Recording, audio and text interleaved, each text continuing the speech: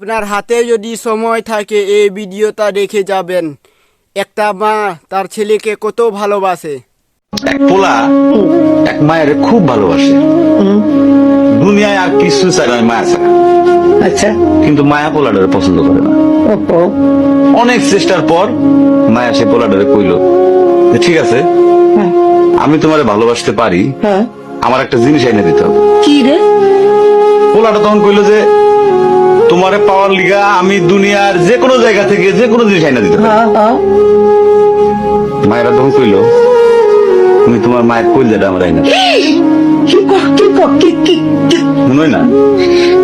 কি গল্প শোনালি দিদু? পোলা তখন দৌড়াইতে দৌড়াইতে তার মায়ের কাছে গেল।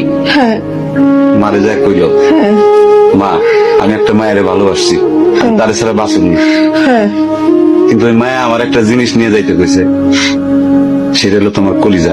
তুমি যদি তোমার কলিজাটা আমারে দাও, ওই মায়াটা কলিজাটা পাইলে আমার ভালোবাসবে। মা তখন কইল তুই আমার একমাত্র বুকের ধন, তোর সুখের জন্য আমি সবকিছু করতে পারবো।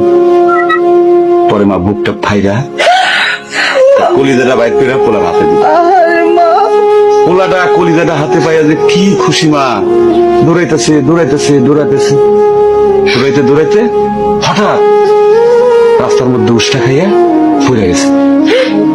হাতের কলিজাটা হাতের থেকে সুইটা রাস্তার মধ্যে পড়ছে।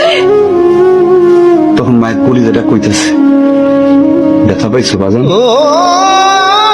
আপনারা এই ভিডিওটা দেখে কি বুঝলেন? দেখলেন একটা মা তার ছেলের জন্য তার কলিজাটা ছিঁড়ে দিল।